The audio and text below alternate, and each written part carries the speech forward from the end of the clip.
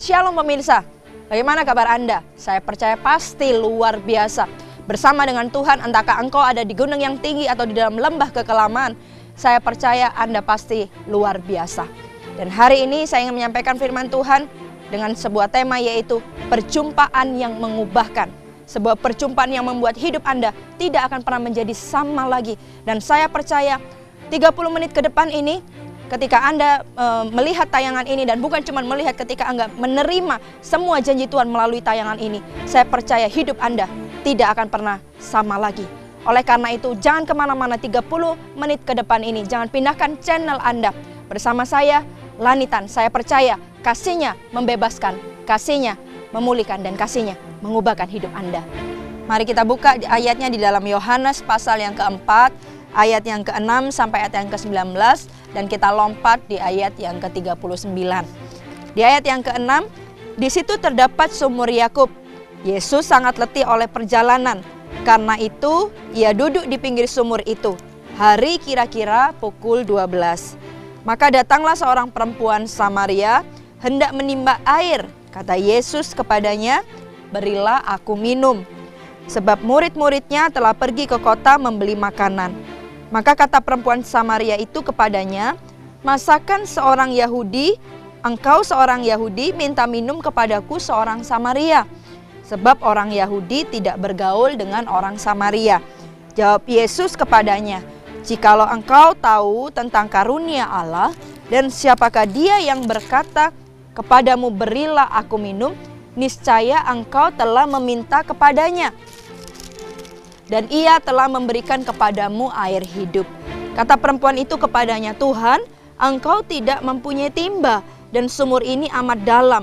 Dari manakah engkau memperoleh air hidup itu? Adakah engkau lebih besar daripada bapak kami Yakub, yang memberikan sumur ini kepada kami, dan yang telah minum sendiri dari dalamnya, ia serta anak-anaknya dan ternaknya?" Jawab Yesus kepadanya, "Barang siapa minum air ini, ia akan haus lagi. Tetapi barang siapa minum air yang akan kuberikan kepadanya, ia tidak akan haus untuk selama-lamanya. Sebaliknya air yang akan kuberikan kepadanya akan menjadi mata air di dalam dirinya, yang terus-menerus memancar sampai kepada hidup yang kekal." Kata perempuan itu kepadanya, "Tuhan, berikanlah aku air itu, supaya aku tidak haus, dan tidak usah datang lagi ke sini untuk menimba air." Kata Yesus kepadanya, "Pergilah, panggillah suamimu dan datang ke sini." Kata perempuan itu, "Aku tidak mempunyai suami." Kata Yesus kepadanya, "Tepat katamu bahwa engkau tidak mempunyai suami.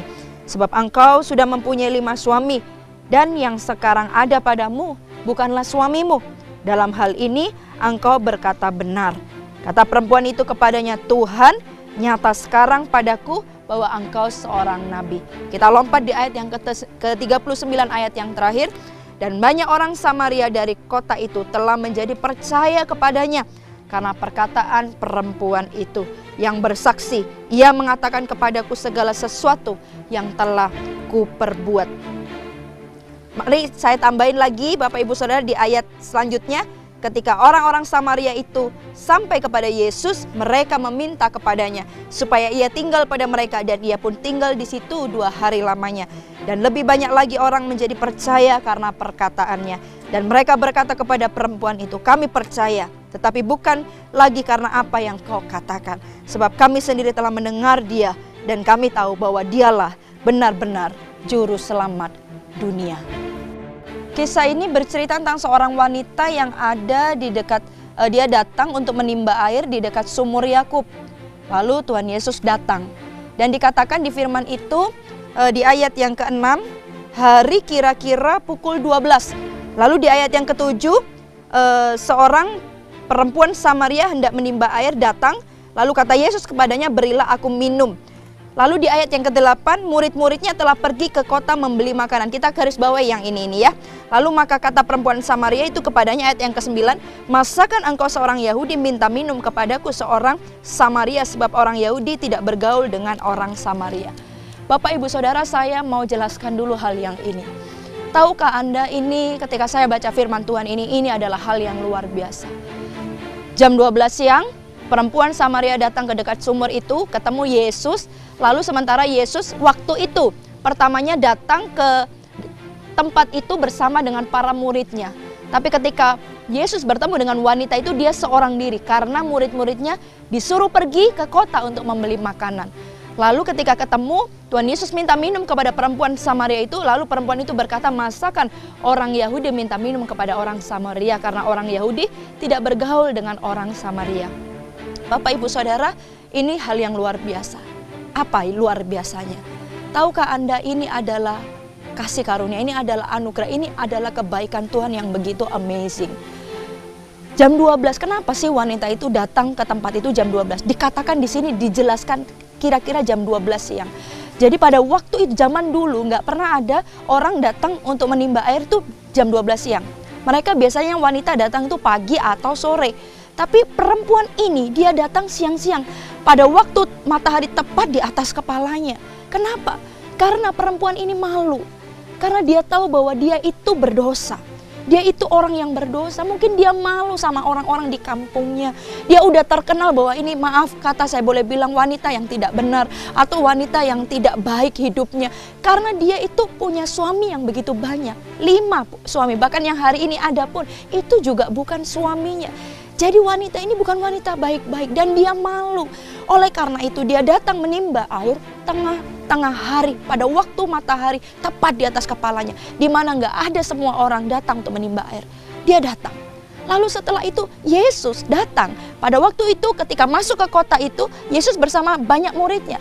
Tapi Yesus tanda kutip secara sengaja menyuruh murid-muridnya untuk pergi ke kota membeli makanan. Saya berpikir makan untuk berapa orang begitu ya? Kenapa harus, misal kalau hari itu memang tidak disebutkan datang muridnya itu 12-12-nya atau berapa begitu ya. Tapi saya membayangkan kenapa harus semuanya yang pergi ke kota. Cukup 2 orang ya. Kalau kita lihat hari ini kita beli nasi bungkus misal begitu, kecil. Atau kalau misal kita pakai kotakan juga, maksudnya masih kecil gitu ya. 2 orang saya rasa cukup untuk membeli 12 atau 14 nasi bungkus. Tapi kenapa Tuhan menyuruh semuanya pergi? Cuman tinggal Yesus saja yang menemui wanita itu. Karena tahukah Anda, Yesus tahu bahwa wanita itu malu ketemu orang. Oleh karena itu, dia ingin menjumpai wanita itu secara pribadi. Demikian juga hari ini. Saya percaya, saya tidak tahu keadaan Anda Bapak Ibu Saudara. Tapi saya bisa merasakan mungkin ada orang-orang tertentu hari ini. Engkau tahu engkau malu dengan hidupmu. Engkau tahu bahwa hidupmu hari ini mungkin berantakan, hancur, dan engkau malu dengan itu. Dengar saya baik-baik, ada Yesus yang sedang memandang wajahmu. Ada Yesus yang sedang mau menemui engkau hari ini. Sama seperti Yesus, dia menyuruh semua muridnya pergi untuk secara pribadi menemui wanita ini. Yesus yang sama, dia akan menemuimu hari ini. Dia akan menemui kita semua. Siapapun penonton yang hari ini, pemirsa yang sedang menonton tayangan ini, dia akan menemui Anda. Dan dia sudah siap-siap untuk menemui setiap Anda, untuk melakukan sesuatu yang luar biasa di dalam hidupmu. Lalu apalagi kasih karunia berikutnya? Dikatakan bahwa orang Samaria tidak bergaul dengan orang Yahudi. Yesus dipanggil itu untuk orang Yahudi. Tapi kenapa dia mau datang untuk menemui seorang yang Samaria? Karena Yesus tidak mau dibatasi oleh apapun juga. Yesus bukan hanya untuk orang Kristen. Yesus bukan hanya untuk anak-anak Tuhan. Untuk siapa saja yang lapar dan haus akan dia. Untuk siapa saja yang rindu akan dia. Dia terbuka. Termasuk juga untuk setiap Anda yang menonton acara ini hari ini. Ketika engkau terbuka kepada dia, dia akan bekerja di dalam hidupmu secara ajaib, secara luar biasa. Bahkan lebih daripada apa yang pernah Anda bayangkan, bahkan Anda pikirkan sekalipun. Oleh karena itu, saya percaya ini episode ini adalah episode yang berbeda. Karena dia secara langsung menemuimu secara pribadi. Dia mungkin hari ini saya percaya ada mungkin jutaan orang yang sedang melihat tayangan ini. Tapi tahukah Anda, bukan berarti Allah yang kita punya itu jutaan jumlahnya, tidak. Dia satu, tapi dia maha hadir dimanapun Anda berada hari ini. Mungkin kau sedang menontonnya di depan meja makan Anda atau dimanapun juga. Dia hadir secara pribadi dan dia siap menjamah hidupmu sekarang. Lalu menurut Anda, apakah kira-kira Tuhan tahu kalau nanti ketika dia sampai ke kota itu dia akan bertemu dengan perempuan Samaria? Kalau menurut saya, dia tahu dan dia sudah merencanakan itu. Oleh karena itu dia menyuruh semua muridnya untuk pergi. Tahukah Anda, bukan sebuah kebetulan Anda menonton tayangan ini. Karena di dalam kerajaan surga tidak ada kata kebetulan. Tuhan sudah memilihmu, Tuhan sudah memanggilmu untuk hari ini. Ketika Anda mempunyai respon yang benar, nanti saya akan jelaskan di bawah. Ketika Anda melakukan respon yang benar dan bertindak yang benar, maka saya percaya dia melakukan sesuatu dalam hidup Anda. Wanita itu nggak tahu loh, pada akhirnya bahwa perjumpaan itu akan mengubahkan hidupnya. Tapi tahukah Anda, dia itu mengasihi Anda sebelum Anda pun mengasihi dia. Dia itu melakukan sesuatu buatmu sebelum kita bisa berbuat apa buat Tuhan. Dia sudah melakukannya terlebih dahulu buat kita. Dan saya mau katakan kepada semua Anda bahwa Yesus mengasihimu. Dia memanggil dan dia memilihmu. Beresponlah yang tepat. Ketika nanti Anda dengar apa yang saya sampaikan, lakukanlah yang tepat. Sehingga dia bisa menyelesaikan semua karyanya dalam kehidupan setiap Anda. Lalu Tuhan berkata kepada wanita itu, berikan aku minum. Lalu wanita itu menjawab, Tuhan, engkau tidak mempunyai timba, bagaimana engkau bisa memberikan air yang hidup? Jadi seperti ada sebuah disconnected dari apa yang Tuhan katakan dengan jawaban wanita itu. Lalu di ayat selanjutnya Tuhan bilang di ayat yang ke-13, jawab Yesus kepadanya, barang siapa minum air ini ia akan haus lagi. Tetapi barang siapa minum air yang akan kuberikan kepadanya, ia tidak akan haus untuk selama-lamanya. Sebaliknya air yang akan kuberikan kepadanya akan menjadi mata air di dalam dirinya yang terus-menerus memancar sampai kepada hidup yang kekal. Jadi seolah-olah Tuhan itu sedang memperkenalkan dirinya kepada wanita itu. Tetapi wanita itu seolah-olah tidak bisa melihat itu semua. Seperti ada selubung di matanya, seperti ada selubung di pikirannya, atau bahkan ada selubung di hidupnya, di hatinya, sehingga dia tidak bisa mengenal dan tidak bisa tahu apa yang dimaksud oleh Tuhan. Dan tahukah Anda apakah selubung itu, Bapak Ibu Saudara? Coba kita lihat di ayat selanjutnya. Di ayat yang ke-15, kata perempuan itu kepadanya, Tuhan, berikanlah aku air itu supaya aku tidak haus dan tidak usah datang lagi ke sini untuk menimba air. Kata Yesus kepadanya, pergilah, panggillah suamimu dan datang ke sini. Ini penghalangnya seseorang tidak bisa melihat kemuliaan Tuhan. Ini penghalangnya Tuhan tidak bisa bekerja di dalam diri seseorang. Yaitu apa? Ada sebuah dosa dalam hidup orang itu. Sehingga Tuhan tidak bisa bekerja. Sehingga Tuhan tidak bisa melakukan sesuatu. Sehingga Tuhan tidak bisa berkarya. Ketika wanita itu berkata, karena itu Tuhan, berikanlah aku air itu supaya aku tidak haus lagi. Ada sebuah kerinduan akhirnya muncul dari seorang wanita itu. Dan kerinduan itu yang menyebabkan Tuhan juga bisa berkarya dalam hidup wanita itu. Lalu Tuhan berkata, panggil suamimu.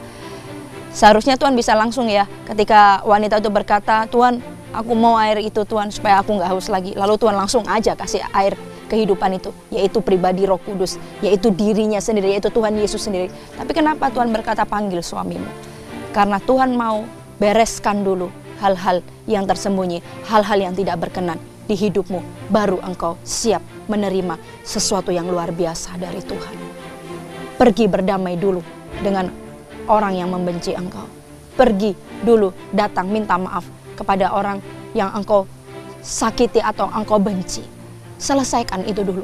Tuhan berkata, kalau engkau datang kepadaku membawa persembahan, tetapi ada sesuatu dalam hatimu, Tuhan berkata, taruh persembahan dan pergilah berdamai dengan orang itu terlebih dahulu. Supaya apa? Supaya persembahan kita sampai kepada Tuhan. Demikian juga dengan wanita ini. Tuhan mau pulihkan dia. Tuhan mau lakukan sesuatu yang baru dalam hidupnya. Tapi Tuhan berkata, Tuhan tidak langsung memberikan air hidup itu, yaitu pribadinya. Tidak. Tapi dia menyuruh wanita itu, pergi dulu. Panggil dulu suaminya. Maksudnya, bereskan dulu segala sesuatu yang menghalangi Tuhan berkarya dalam hidup. Bereskan dosamu. Bereskan semua itu. Lalu yang dilakukan wanita itu, kita lihat sama-sama. Di ayat yang ke-17. Kata perempuan itu, aku tidak mempunyai suami. Kata Yesus kepadanya, tepat katamu, bahwa engkau tidak mempunyai suami.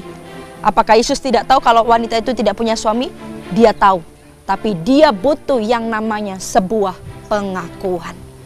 Dia butuh pengakuan kita, Bapak Ibu Saudara. Dengan hati kita percaya, dengan mengaku kita, dengan mulut kita mengaku bahwa Yesus Kristus adalah Tuhan. Tuhan itu menunggu wanita itu mengaku dosanya. baru dia bisa pulihkan. Yesus sebenarnya tahu dia berdosa dan dia punya 5 suami, bahkan 6 yang itu juga bukan suaminya, dia tahu, Yesus tahu. Tapi dia tunggu pengakuan dari wanita itu. Pengakuan kita ini penting Bapak Ibu Saudara. Akuilah semua pelanggaranmu, akuilah semua dosamu, jangan takut, jangan ragu. Karena Allah yang saya kenal, dia adalah Allah yang adil dan setia. Dia tidak akan mengingat-ingat semua kesalahanmu, bahkan dia lupakan semua itu. Bahkan orang yang berkata, aku ini sudah buruk, aku ini terpuruk, aku ini sungguh-sungguh berdosa. Tuhan berkata, sekalipun dosamu seperti kain kesumba, dia Allah yang sanggup memulihkan, bahkan lebih putih dari bulu domba. Karena itu jangan ragu, akuilah dosamu, akuilah semua kelemahanmu di hadapan Tuhan. Maka dia akan memulihkan hidupmu, dia akan memperbaharui engkau, dia akan melakukan mujizat di dalam hidupmu. Lalu bukan cuma sekedar pengakuan Bapak Ibu Saudara. Pengakuan yang bagaimana? Pengakuan yang tepat, pengakuan yang jujur, dan pengakuan yang benar. Bukan cuma sekedar pengakuan, tapi benar-benar yang jujur dan yang tepat di hadapan Tuhan. Karena sesungguhnya manusia bisa kita tipu, tapi kita tidak bisa menipu Allah kita. Dia tahu paling kedalaman hati kita, bahkan apa yang ada di lubuk hati kita yang paling dalam. Kadang kita tidak menyadarinya, dia tahu. Seperti yang di ayat ini katakan, di ayat yang ke-17, kata perempuan itu, aku tidak mempunyai suami. Kata Yesus kepadanya, tepat katamu bahwa engkau tidak mempunyai suami. Tepat katamu, yes, kamu benar. Ya, kamu jujur. Ya, kamu apa adanya. Ya, kamu transparan, tidak ditutup-tutupi. Jangan menjadi seperti orang Farisi, tampak baik di depan, tapi sesungguhnya busuk segala sesuatu yang ada di dalam hidupnya. Biarlah kita menjadi orang yang jujur di hadapan Tuhan. Pengakuan kita bukan cuma sekedar pengakuan, tapi pengakuan yang jujur, yang tepat, yang benar. Sehingga Allah bisa dengan leluasa menjamah dan memperbarui hidupmu, mengubahkan engkau dan membuat hidupmu menjadi baru. Ini adalah ayat yang terakhir, detik-detik yang mengubahkan hidup seseorang. Ayat yang ke-39. Dan banyak orang Samaria dari kota itu telah menjadi percaya kepadanya karena perkataan perempuan itu. Yang bersaksi, ia mengatakan kepadaku segala sesuatu yang telah kuperbuat. Ketika orang-orang Samaria itu sampai kepada Yesus, mereka meminta kepadanya supaya ia tinggal pada mereka. Dan ia pun tinggal di situ 2 hari lamanya. Dan lebih banyak lagi orang yang menjadi percaya karena perkataannya. Dan mereka berkata kepada perempuan itu, kami percaya, tetapi bukan lagi karena apa yang kau katakan. Sebab kami sendiri telah mendengar dia, dan kami tahu bahwa dialah benar-benar juru selamat dunia. Ini luar biasa, perjumpaan yang mengubahkan hidup seseorang. Perjumpaan yang mengubahkan. Dari seorang yang berdosa, dari seorang yang malu, dari seorang yang mungkin tanda kutip terkucil di kotanya, menjadi seorang yang dipakai Tuhan secara luar biasa. Yang berubah bukan cuma hidupnya, tetapi saya mau katakan sejarah hidupnya juga berubah Bapak Ibu Saudara. Ketika engkau berjumpa dengan Yesus Kristus Tuhan namanya, maka bukan cuma hidupmu yang akan diubahkan Tuhan, sejarah hidupmu juga tidak akan pernah menjadi sama. Dari seorang yang terpuruk, dari seorang yang terkucil, dari seorang yang berdosa, dipakai Tuhan secara luar biasa. Di ayat itu dikatakan terjadi revival, kebangunan rohani yang besar di kota itu. Semua orang menjadi percaya kepada nama Kristus. Bukan cuma karena dari wanita ini yang berkata-kata, tetapi dikatakan di ayat yang terakhir, mereka sendiri mengalami Yesus dalam hidup mereka. Wow, luar biasa. Itu yang namanya perjumpaan yang mengubahkan. Dan hari ini, tahukah Anda, Yesus sudah siap. Sudah semenjak mungkin jam ini belum tayang juga, Tuhan sudah siap menunggu Anda. Tunggu respon yang terbaik dari hidupmu hari ini. Berikan respon yang terbaik, Bapak Ibu Saudara. Bukalah hatimu, mintalah kepada Dia, Tuhan ayo Tuhan jamah aku hari ini. Dan saya mau berdoa dari tempat ini untuk kepada setiap Anda semua yang sedang menonton acara ini. Tuhan, aku berdoa di dalam nama Tuhan Yesus Kristus Tuhan. Mungkin ada banyak orang hari ini sejarah hidupnya buruk ya Tuhan. Tapi aku percaya segala sesuatunya bisa berubah. Dan aku percaya di dalam nama Tuhan Yesus Kristus juga hari ini Tuhan. Ubahkan ya Tuhan. Ketika Engkau melihat hati-hati yang lapar dan haus akan Engkau ya Tuhan. Dan aku percaya ketika mereka mengundang Engkau masuk dalam hidup mereka. Engkau akan berkarya.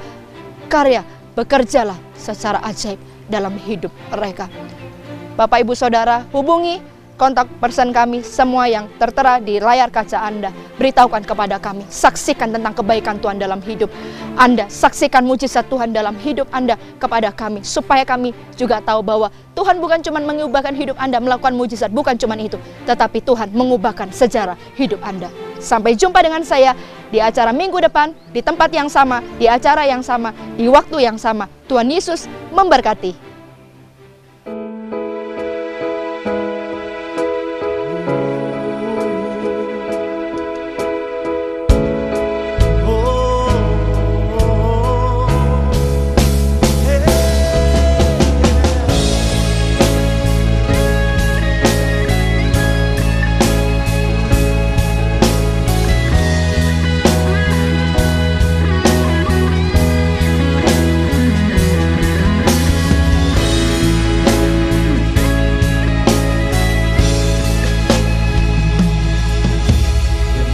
Segenap hati dan jiwaku, ku datang padamu dalam kerinduan. Kasih-Mu yang sanggup mengubahku dan menguatkanku dalam pengharapan. Yesus, Engkaulah permata hatiku, dunia tak dapat menggantikanmu. Kemuliaan-Mu tercurah bagiku, menjadikanku indah dan semakin indah bagimu.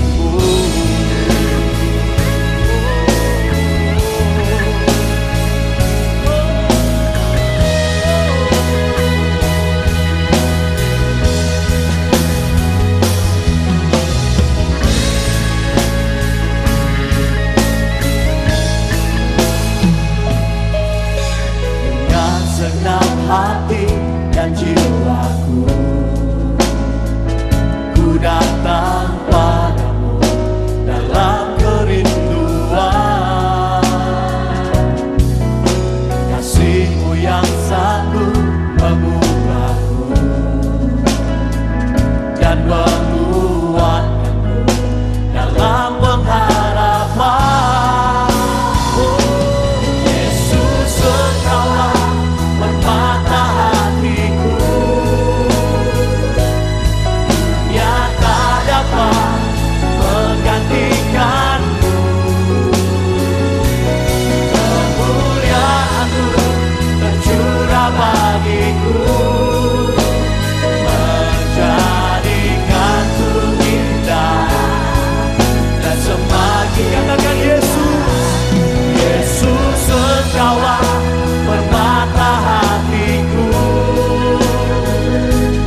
dunia tak dapat menggantikanmu.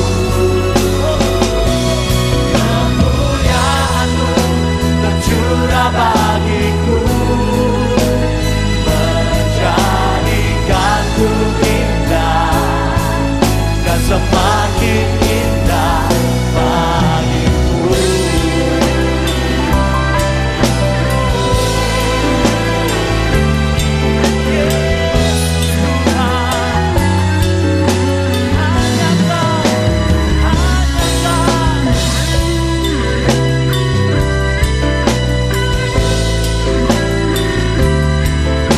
Kami nyatakan Tuhan, Kau yang terutama di hidup kami.